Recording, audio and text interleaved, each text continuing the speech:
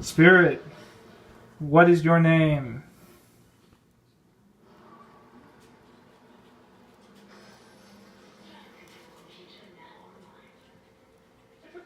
I tried to play Dark Souls. It didn't end well. Really bad at it.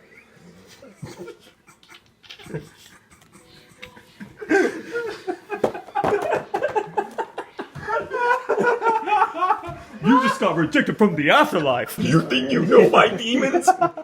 Welcome to the Quinton Reviews YouTube channel, where some videos take 2 days and some take half a year. Back in March, we briefly discussed the bizarre trend of horror films based on Ouija boards. In that video, I looked at the whole situation from a very corporate point of view. The trademark is owned by Hasbro. Hasbro produces Ouija movies especially to advertise their brand, and that's how the system works. In this video, I hope to cover much of the same ground, but I want to approach it from a much more sociological point of view, and to do that, we need to understand the history of the Ouija boards. In the 1800s in the United States, there was a heightened sense of spiritualism, and this led to a series of parlor games which tried to imply the existence of the unknown. One of the earliest incarnations of this was something called table turning. This was where a series of people would gather at a party and would all place their hands on a table. The table would then seemingly move on its own, despite no one trying to move the table. In some incarnations of this game, someone at the party would also scream out the letters of the alphabet, and the table would turn at certain letters, spelling out secret messages. Or gibberish. One of the two. This practice was based on something called the ideomotor effect. The ideomotor effect, to simplify it, is when you make unconscious movement based off of a premise. Individually, these movements are often very small, which is why this game, and many games like it, encourage this to be done in groups. This later evolved into a very short-lived incarnation called the planchette. The planchette was a triangle-shaped object on 3 pegs, which would have a hole for a pencil. Like with table turning, multiple people at a party would gather around the planchette and place their hands on it, and it would then spell out cryptic messages. Or at least, as this illustration clearly shows, usually it was just random scribbles, which is basically what you would expect given that it was basically being caused by inadvertent muscle spasms. The earliest known historical record of the modern talking board came during the March 28, 1886 edition of the New York Daily Tribune, in a segment labeled The New Planchette. Anyone can make the whole apparatus in 15 minutes with a jackknife and a marking brush. You take the board in your lap, another person sitting down with you. You each grasp the little table with the thumb and forefinger at each corner next to you. Then the question is asked, are there any communications? Pretty soon, you think the other person is pushing the table. He thinks you're doing the same, but the table moves around to yes or no. There are, of course, any number of nonsensical and irrelevant answers spelled out, but the workers pay little heed to them. If the answers are relevant, they talk them over with a superstitious awe. The story was widely reprinted across the country, and 4 years later, an inventor named Elijah Bond obtained a patent for the device. The same year, the Kennard Novelty Company began producing the boards. The name Ouija was derived simply by asking the board what it wanted to be called. It then spelled out the letters. O-U-G... I might be dyslexic. They then asked the board what that meant, and it replied, good luck. Eventually, the production of the boards was taken over and perfected by a man named William Fuld. Presumably noting that there is no word in any language that sounds like Ouija and means good luck, he changed the origin to instead be that it's just a combination of oui and ja, the French and German words for yes, which is a blatantly less interesting origin. Throughout the following years, the Ouija board spread across the country and even the world, resulting in numerous, potentially inaccurate tabloid pieces being published. One interesting blurb from the 1891 Boston Daily Globe reads, Bridgeport, Connecticut, November the 20th. Mrs. Eugenia Carpenter, a young woman living at 221 Myrtle Avenue, has been receiving attention from a young man who very recently ceased to call upon her. Mrs. Carpenter bought a fortune-telling board called Ouija and from it received the prediction that her suitor would not return to her. Last night she was found wandering almost nude in the streets. Her reason was gone, and at intervals she cried out, "Ouija said so, and I knew it was true." The history of the Ouija board is actually quite interesting, and there are far too many stories to cover here. For instance, William Fuld initially had an issue with his competitors making very cheap knockoffs of the Ouija board and usurping his market. To combat this, he created his own knockoff of the Ouija board called Mystifying Oracle, which was even cheaper and beat out his competition. He now had the two best-selling versions of the same board game, creating a monopoly if you will. Fulp died in 1934 with 34 patents, copyrights, and trademarks to his name. 42 years later, his company was purchased by the Parker brothers, who continued producing his board from there. In 1991, the Parker brothers was bought out by Hasbro, explaining the current ownership. But the great debate about the Ouija board comes not from who has been producing it, but how the public has been perceiving it. When you look at early clippings about the Ouija board, the one thing that jumps out at you more than anything else is that despite being seen as unexplainable, the Ouija board, at the start, was not really seen as spiritualistic or even demonic. Remarkable, interesting, and mystifying game. Great mirth-making game for parties. Apparently answers questions concerning past, present, and future. Full directions accompany each package. Mysterious Ouija. Let the mystic Ouija board reveal to you past secrets, or stretch forward into the unknown future. On this special offer, one $1 bill will bring you the complete Ouija board with full directions for use. You can make the Ouija board perform, make it solve your biggest problems, answer vital questions, disclose secrets you long to know. It will startle you with the truth of its prophecies. People thought that there was some great power that the Ouija board had that allowed it to give answers, but no one thought it was Satan or the ghost of your uncle. These were parlor tricks that were used to predict the future. It was not a way to talk to ghosts. In many ways, as I've pointed out in the past, the Ouija board mirrors the magic 8-ball. This all changed in the late 1910s, thanks to a woman named Paul Curran. Curran claimed that she could use the Ouija board to contact a spirit known as Patience Worth. She then published a series of poems which she claimed she transcribed through the Ouija board from the ghost. The same year, one of her associates attempted to pull a similar stunt by publishing a book called Jap Haran, which she claimed was written by Mark Twain as a ghost through her Ouija board. But the biggest shift in the public perception of Ouija boards came about 50 years later, with the release of The Exorcist. The plot of that film revolved a child being possessed by a demon, following her playing with a Ouija board. These days, people are very superstitious and fearful of this Hasbro trademarked board. It's said that they're dangerous things that can lead to demonic possession, or worse. But almost all of that is true exclusively because decades-old pop culture dictates that it should be true. One good Ouija movie turned this board into a symbol of fear. And I put it to you that it's only taken a few dozen terrible Ouija movies to take that all away. The Ouija board itself is just one of the unexplained phenomena. Think about the Bermuda Triangle. Planes, boats disappearing mysteriously. Even in West Texas, a farmer being watched by his family vaporized into thin air. That actually happened. Yes. What? That happened? Yeah, it just happened. It just happened to sometimes, man. You're just gonna trust her? You're not gonna Google it? I'm gonna Google it right now. I feel like she's about to start selling them like supplements. Like, okay, Info Warriors, you can protect yourself from vaporization with my new vaporization protection.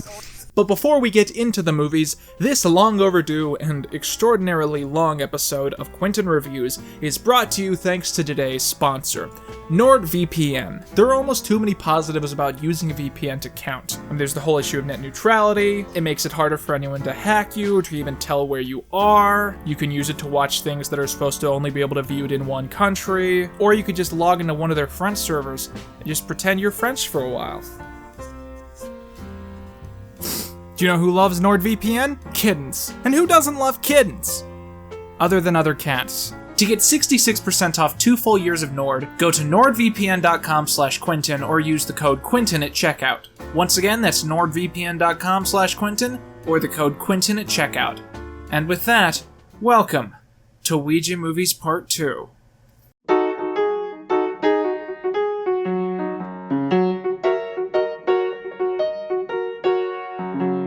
Oh my god! Oh my god! Should we apologize to the other Ouija movie? That was... Can we watch that again? I'll review that again. Can we make a video called I Forgive You, Ouija? The Ouija experiment is one of the most painfully shoddy and incomprehensible things that I've ever tried to watch for this channel. The exact words I used when we were watching it the first time were, "This is the least film I have ever seen." I can't call it the worst film, because that would mean giving it the distinction of being a film. But it's something, and whatever it is, it's the worst of that thing. This is also sometimes known as The Realm, I presume because it's not exactly a licensed Hasbro creation. It does make me feel a little better that this was made by a bunch of amateurs and that no professional company even ever was consulted on this, but it really doesn't make it easier on the eyes. Well, how do you use this thing? You're somewhat amateurish, aren't you? I don't know how to operate a camera. This found footage horror film surrounds an amateur YouTuber who meets up with a couple other adults to film a Ouija board session, under the hopes that something actually happens. How all the adults have met is convoluted and confusing. The cameraman's friend Shay got hit on at a bar by this guy, Calvin. Oh, look, it's Calvin. Oh, look, it's Calvin. And now he's her boyfriend. Calvin's best friend is named Michael. Michael also had planned to hit on Shay at the bar, but Calvin had made the first move. Sometimes the cast feels like a bunch of best friends hanging out, and sometimes they come across like they hate each other and they've just met. The direction is very inconsistent. So the characters play with this Ouija board, and because of the very simplistic nature of the camera work, it's sort of hard to tell what the Ouija board is actually spelling. Once again, I kinda want to praise Ouija 2014 for actually being competent enough in its directing to pull that element off. This is what constantly watching bad movies does to you. It makes you somewhat nostalgic for previous painful experiences because you're currently living through a hell much worse. This has the production value of To Boldly Flee.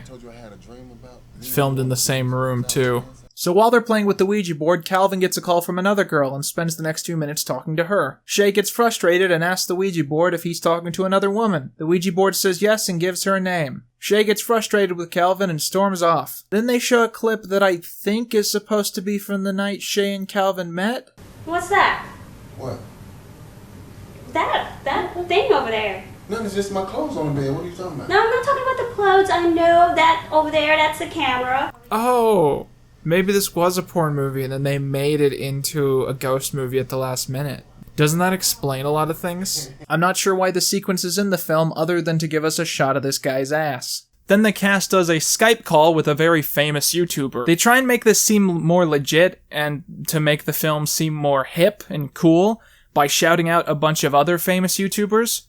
But this was made in like 2011, so this just makes the movie seem really, really dated. There's only 3 people on YouTube you need to know about. Number 1, Lonely Island Boys. Number 2, Cigar Obsession. Ooh, yeah. You watch Tosh.0? It's so cold in the deep. So during the Skype call, the ghost expert basically gives a bunch of meaningless stories about how Ouija boards are scary and dangerous. Nothing important or notable or even really new is said during this sequence. It's just long and annoying and takes up time. And you can put that on the poster. Once you're so far into a movie like this, you start trying to justify it, you know? We start trying to forgive it a little, you know? So you're like, I like what they did with her hair in this scene.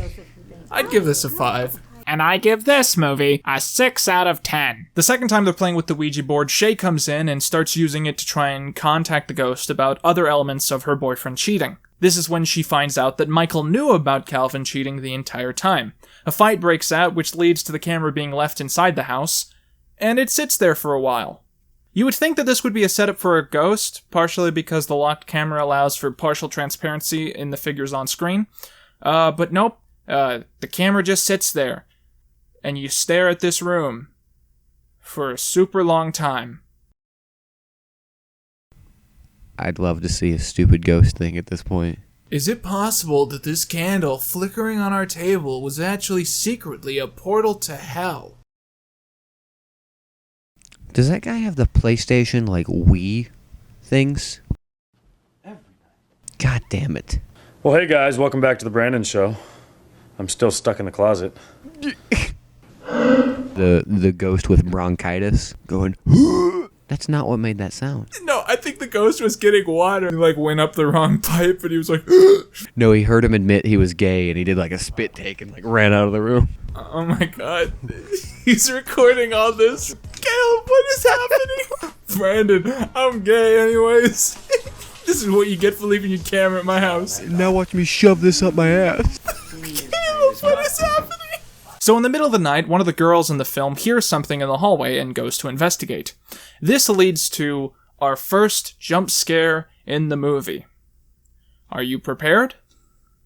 I do not think you are, but here it is. Did you see that? Was that the angry video game nerd? Is anyone there? What an asshole to fuck! For some reason I can't really justify, all of the ghosts in this movie are just regular actors walking around. So what will happen is someone will walk into shot who is clearly not a ghost, and then the camera will flip. It flips. It does that.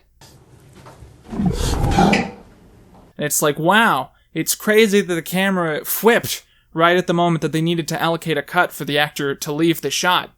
I mean, maybe you'd be able to catch more convincing ghost footage if you didn't keep flipping the camera every time an actor walked into shot. Okay. Go up! Fuck you. Terrified by these sightings, the cast get together one last time to play with the Ouija board to try and contact these ghosts. Tonight we'll find out who stays on the island and who gets killed by a ghost. What's up, Mary? What are you doing here? But then Calvin comes in. Oh, look, it's Calvin. And accuses Michael of telling his girlfriend that he's been cheating. A long fight ensues where Michael defends his loyalty and their friendship. What is with this warm-up he's doing? Like, flexing his arms like he's about to turn into the Flash. This is like an action pose. Like when you press a button on a doll and it does something. Like that's what it is. But Calvin gets frustrated and takes the Ouija board, leaving our crew with no way to communicate with or stop the ghosts. Oh no, where are we gonna get a Ouija board? Toys R Us closed. That night, Calvin leaves the Ouija board in his house. A dark figure briefly fades by the camera, which looks really bad. I've studied this, and I think that they did this because someone moved the furniture while they were filming. Calvin gets killed. Shay goes to his place to look for the board, but finds a puddle of blood. Oh no, I'm so scared. Oh, what if that was a ghost? Not a guy. Oh no. He's in timeout. I was about to say the same shit. Back at his place, Michael hears a noise coming from his junk room and goes to investigate. Oh my god. Fuck you. Fuck you. Whoever shot this movie was like, finally, my junk room is justified. This gives him a hunch to go into his attic, where he finds a bunch of newspaper clippings about the people who lived here before him. Just like that other Ouija movie. And it is here that we see the most baffling part of this entire movie. There's a flashback. There is a flashback to previous events in this found footage horror movie. Fully cinematic, not found footage, shot from multiple angles by things that are not supposed to represent cameras in the real world.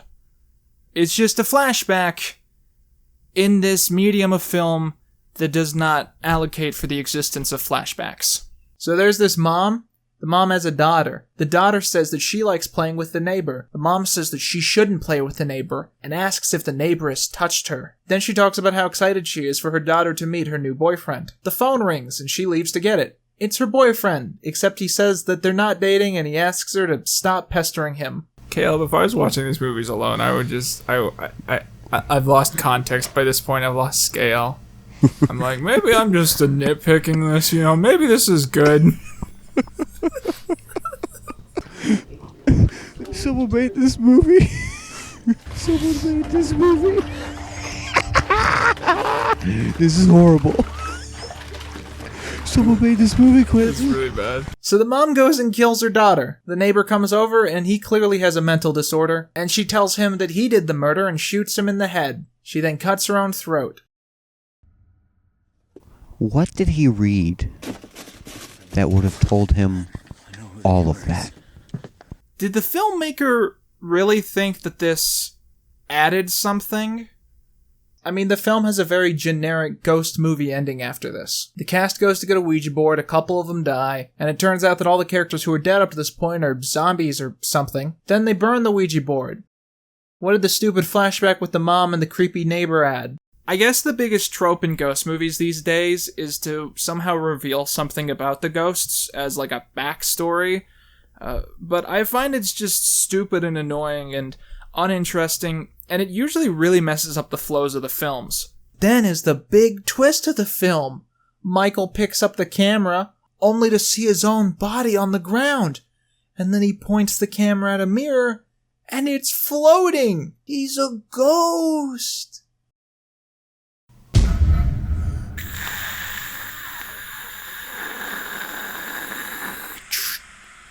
Caleb, I cannot explain to you who these characters were, what happened in the movie, why any of it was significant. Do you remember that 15-minute flashback that happened in a found footage movie? I don't even have words to say, dude. That Sinister Squad was almost as equally unenjoyable to watch, but this is just like so unformed, so unimportant. So how excited are you to watch Ouija Experiment 2? John, I'm a cat.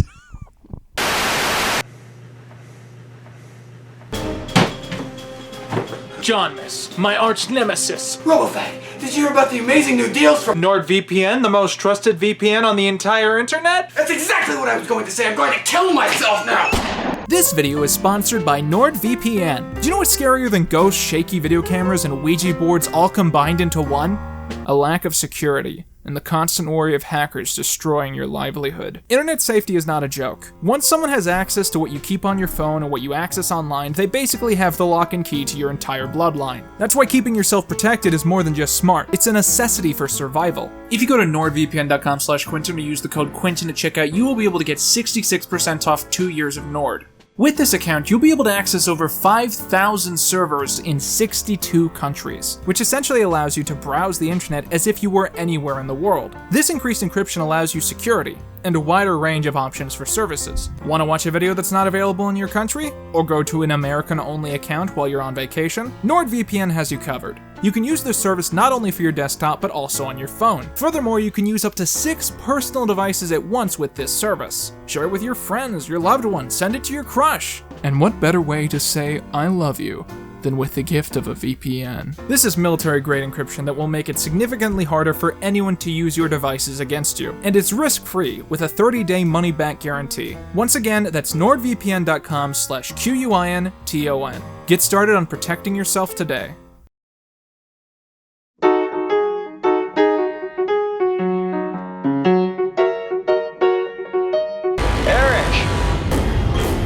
Eric, you okay?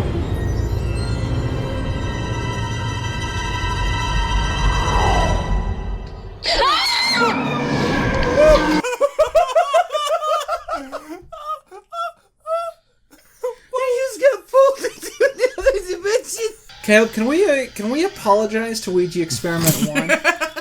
You know, Ouija 2014 is a great movie. Furthermore, can I just say, I think Grave Encounters 2 might be the Citizen Kane of horror films. Yeah. We should apologize to Grave Encounters 2, first and foremost, before anything else. Yeah. Because this is some shit. Ouija Experiment 2 is the worst. It's not the worst film, it's not the worst something, it's just the worst. Once again, I feel shocked at how my standard for the quality in films is constantly shifting the more that I have to watch bad movies. We must think of a name for this phenomenon. So Ouija Experiment 2 starts off with a recap of the first film, followed by a few of the cast members doing a Q&A at a movie theater. Ouija Experiment 2 is set in a universe where the first Ouija Experiment was a film that the main characters made. There have been horror films in the past who have delivered this gimmick with some interest, like Wes Craven's New Nightmare and Grave Encounters 2, but this film does nothing with the idea. But I'm getting ahead of myself. The first thing we need to talk about here is the horrible production values.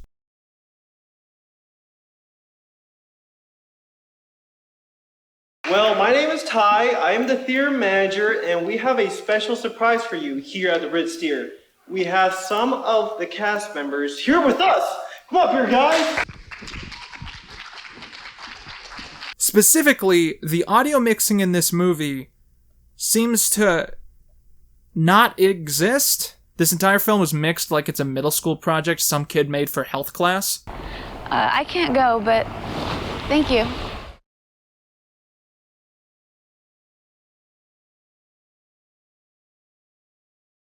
Michelle.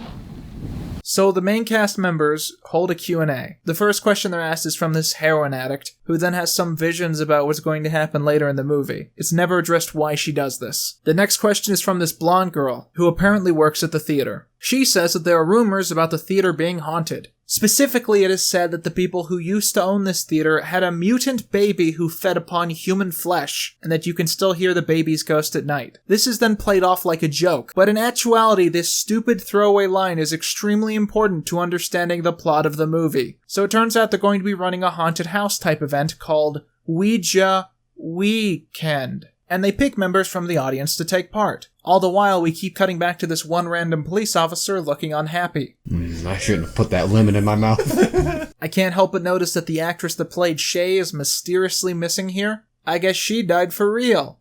Or got a better agent. One of the two. Let's play a new game. It's called Spot the Audience Members Who Have Just Realized They're in a Terrible Movie. Who asked for this? Who was like, we gotta make a meta-contextual Ouija experiment sequel? Caleb, was this like a weekend project for these guys? I have no idea. This is Why did they clearly got a bunch of people, they got the merchandise, okay. Are we missing something? Was Ouija Resurrection secretly a cult hit? What inspired this? Usually when I do reviews like this, what you guys expect me to do is to go over the plot and criticize it as I go along. But in the cases of Ouija Experiment 1 and 2, I don't know what the plot is. Things happen, and things happen for long periods of time, but you never really understand why those things happened or why they were important.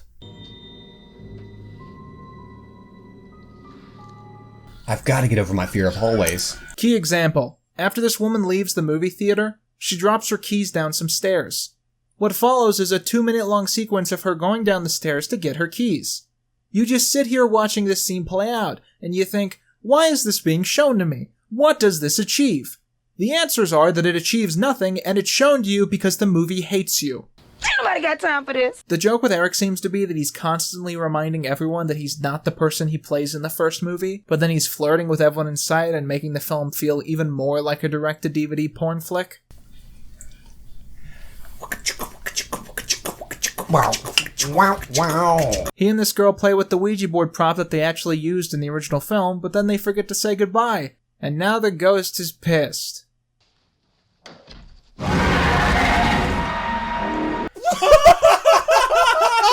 The ghost murders 2 of the characters from the first scene. It looks bad. The next day, 2 of the lead actors are walking around town when they get harassed by a police officer from earlier. We're going to call him Officer Dog Whistle.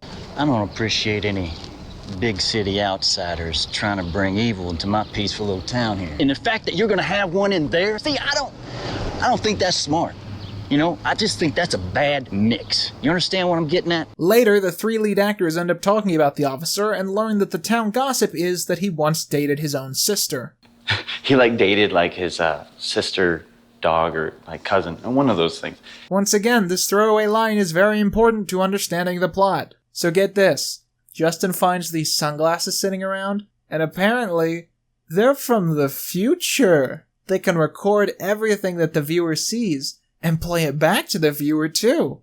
So apparently that flimsy bit of tinted material there, that's a screen quality enough to record and play back footage. I want to remind everyone that this movie takes place in the real world. He notices a ghost woman in the footage he filmed. He goes back to that room and finds out that he indeed can see a spirit woman, but only through the sunglasses.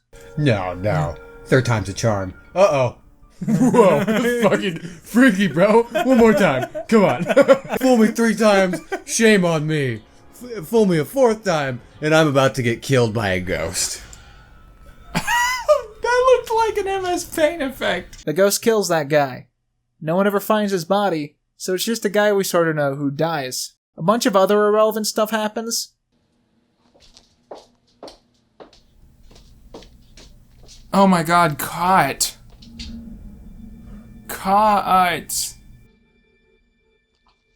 But eventually, the group being led on the haunted house tour find the Ouija board sitting around from earlier. They play with it for a bit. Is anybody there? Oh. B? Surprise, surprise, Eric gets sucked through a portal to hell. Everyone tries to hide. Good time for a selfie. We cannot be those girls in horror movies that do stupid things. We have to do smart people things. Shut up. They're so meta, Caleb. It's so clever. Meanwhile, the hipster friend gets killed. My scarf has betrayed me. The police officer from earlier shows up, but it turns out he's the bad guy. And he shoots the only remaining cast member, or at least I think he does. They edit it really badly. She's not a thing. Shit. I really don't understand why this film was based off of being a sequel to the first one. Because not only do they set it in a universe where the first film never happened, but anything that connects the two films has nothing to do with the actual plot. The Ouija board basically gets a few over-glorified cameos, and by the end, the only two remaining characters are people from the audience at the start of the film. What was the reason for doing this movie? What was the idea that the director wanted to get across? What was he trying to say when he made all this in the specific way that he did? I honestly have no idea. So it turns out that the cop is the owner of the theater that they mentioned earlier. His offspring was a mutant baby because his wife was also his sister. He would feed that mutant baby with human flesh, which I guess implies that he also is a serial killer. My family tree is basically two parallel lines. Ironically, my family tree looks like a DNA strand. He then became guilty about leaving his child chained up, and he stopped feeding it. His child then died. This is not a baby. This is clearly a 30 or 40-year-old woman.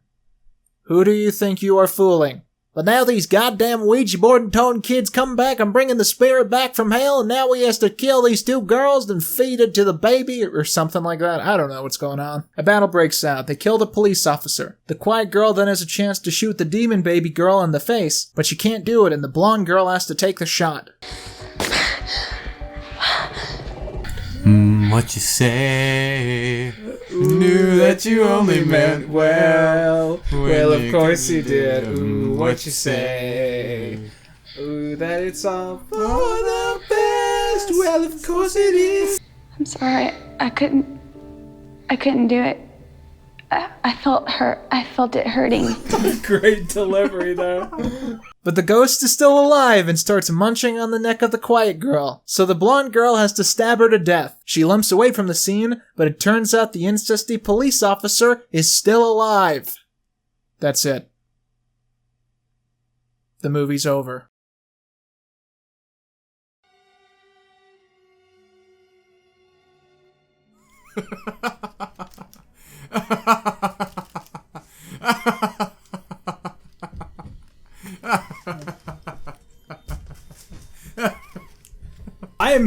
Caleb, I think I need to try and get in contact with the people who were in this movie.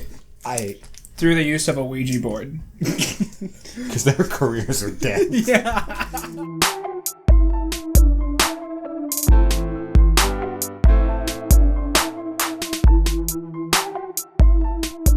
Thank you so much for agreeing to sit down with me, because I really wasn't sure if you'd ever agree to do this. I've never exactly done something like this before, so this might be a little clunky, but I'm really grateful that you've agreed to talk to me.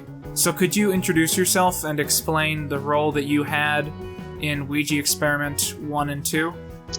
Yes. My name is Israel Luna, and I was the writer and director and editor for the Ouija Experiment.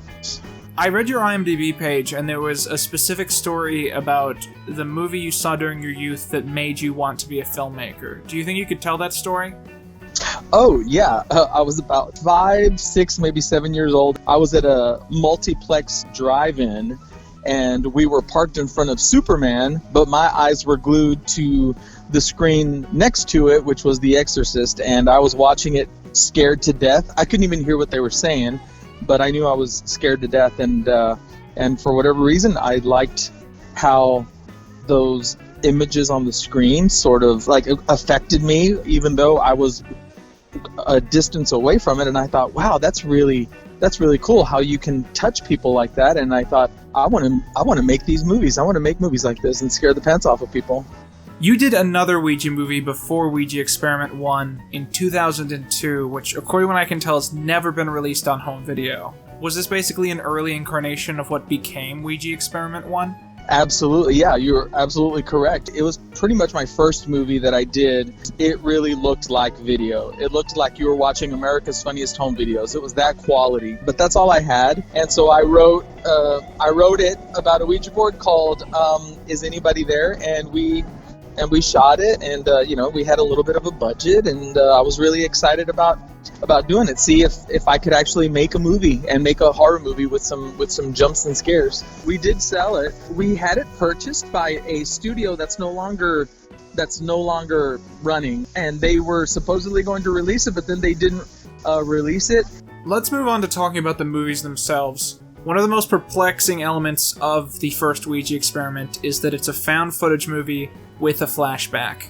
I wanted to incorporate both of them because I had never seen the mix of two genres of doing found footage and also like just the basic standard narrative form. And I thought, I wonder if it would work here. And then I thought to myself, well, I've never seen it done. I'm not going to let that steer me from it. It's a good way to give people a break from all of the shaky camera footage. I had gotten a new camera, so I wanted to test out like the depth of field effect on it with my different lenses. And I thought, well, I can't do that with found footage because it's just, point and shoot kind of thing. And I wanted to just be a little more creative with like a couple of dolly shots and really cool sort of taking my time, more creative shots. And so I just thought, well, whether it works or not, I want to do this because I want to do those two types of looks. And so I just went ahead and did it. I want to quickly move on to Ouija Experiment 2 because it's the one I have the most questions about. I really don't understand why this movie exists. I think it's very strange that Ouija Experiment 1 is fiction inside the universe of Ouija Experiment 2. Basically, I want to know, what was the moment where you said to yourself, I have to make a Ouija Experiment sequel?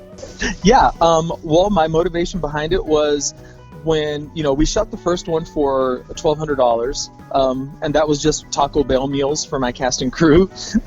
We shot it on a shoestring budget, and it got picked up by a distribution studio, and it did really well. So the distribution studio called me and said, would you like to make a sequel? And if so, we'll fund it. So that was my motivation, was, hey, I want to make money. and they already had a release date set. They said, can you do this fast? And I was like, and I've learned throughout the years, when a studio who wants to give you money, no matter what they ask you, just say yes. If they say, can you do this? Yes, I can. Can you deliver by this date? Yes, I can. Just say yes to everything and then figure it out later. And that's what I did. And the one strict rule that the studio had was, we don't want part 2 to be found footage. Wait, so was it because the studio requested that the sequel not be found footage that it became sort of a meta film? Yes, I think at the time that was when all of the paranormal activities were kind of coming to their end, and found footage was sort of like, it had run its course, I guess. That was one of the first things the studio told me. They said, yeah, but by the way, we don't want it found footage. You can make it about whatever you want, we just don't want found footage. And I was like, ugh, okay, you got it. Is the fact that you had such a short time window the reason that the audio is so iffy throughout the entire production? Oh, you know what? You're good. You are absolutely right. When we went into production, there were a couple of people who were on my crew that I have actually never worked with again because they were not what they promised or what they said that they were when it came to their positions on the crew. So when I hired my sound people, I thought, hey, they could do sound. They've given me, like a nice little resume, and then we get to the set and it looks like they're doing a great job, and then we get to the editing phase and I think to myself, oh my gosh, this sound is terrible. What am I going to do? So I had to hire someone to actually fix audio. The audio that you heard is probably 10 times better than what it was. I'll say this, it's not my best work, and I know that. The studio gave me like a strict deadline of delivering a film in 4 months. And this was just out of the blue. Like, I didn't even have a script written. I didn't have an idea. I had nothing. And I had to deliver a finished product in 4 months. So I took 2 weeks to write it, and then pre-production, cast it, get the crew together, shoot it, edit it, and deliver it. So it was a bit of a rush job. 4 months is an incredibly short period of time to run a film through every stage of production. Yes, yes it is. And I take full responsibility for the finished product. And I get that people are like, I get that, because it wasn't like a passion project. It wasn't something that I really took my time with. It was a project that I did because I was hired and paid to do it, I'm very curious about one thing in Ouija Experiment 2. It seems like from shot to shot, there is an inconsistent budget. For instance, there's a shot where you see the female lead killed off, and she's basically cut in half, and that actually looks really good. And in the next shot where someone dies, it's like in front of a green screen, and he gets sucked into a vortex, and there's like a stock image behind that that's really bad looking. Why do some of the shots in the movie look like they have a super high budget, and some of them look like they were made with nothing? Yeah, so I'm really impressed that you did your homework here, and I really do appreciate these questions, by the way, so just know that I'm answering these with a big smile on my face, because if somebody has this much interest in my movies, I'm like super flattered. But yeah, you are absolutely right. So what happened was, the people on my crew that I had hired to do sound, they had told me that they could do special effects as well, and they showed me their special effects reel, and their special effects reel was really good. So I said, yeah, how about I hire you guys to do sound and special effects, in post-production. Well, after I received the sound and got to hear what they had done, and we had a conversation, and the conversation didn't end well, then of course they said, well, we're not going to finish the effects that we, because they had set up all of the stuff you need to set up for the special effects. So I have this raw footage of the setup with green screen and everything, but nothing after that because they were going to do it. Well, now that they're not involved anymore, and I still had a strict deadline, I had to reach out to another effects person and say, you know what, I apologize for doing this, but this is all I can pay you, and this is the deadline that I have for you, and I need all of these effects done ASAP to meet deadline. And so that was an even bigger rush job, unfortunately. So I wanted to ask you really quickly about some of your other work that I actually haven't seen, and that's specifically 2 of your films I saw listed on IMDb. I can't remember exactly what they were called. I think they were called Pissed Off Trannies with Knives and Kicking Zombie Ass for Jesus. Yes, Ticked Off Trannies with Knives, and the other one was correct. Yeah, Kicking Zombie Ass for Jesus. Yes, I grew up in the 80s, and I remember like on USA Channel they used to have this thing called USA Up All Night with Rhonda Shear. She was this big, blonde bimbo with huge boobs, and she would introduce all these B horror films with crazy titles like what was one of them? Assault of the Killer Bimbos, Sorority Babes in the Slimeball Bolorama, Cannibal Women from the Avocado Jungles of Death, and I loved all those movies, and so I thought I want my movies to be like that. And with those 2 that you just mentioned, unlike Ouija 2, those are 100% me. Those movies I did because I wanted to make them. I took my time with the script. We shot them with a decent budget.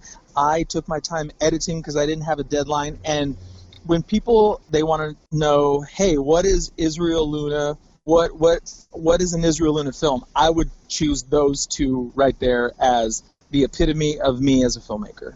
I'm very proud of those. All right, I have one last question for you, and it's a doozy. Why are Ouija boards scary to you? I think Ouija boards are scary because it's all really unknown. You don't know if it's just a game. You don't know if it's for real. Is it really a portal to another dimension? Does it really talk to ghosts or people that have died? No one really knows. A lot of the things that happened to me as I played it, there are things that are unexplainable. You just don't know. I don't even know what would happen if I played it and then didn't say goodbye. So that kind of creeps me out. People seem to be terrified of Ouija boards, and for the life of me, I think I figured out why. There are a lot of movies about Ouija boards. Some of them are good. A lot of them are classics. But some of them fly below the radar. I don't really have a lot more to say about this subject. This is a thing that doesn't scare me. A lot of the movies that I watch involving these are not great. I mean, it interests me from a cultural point of view. But what else can you really add? I'll see you guys again in 2020, when Hasbro starts making a franchise of Magic 8-Ball murder movies. Caleb, fuck this movie. Yeah,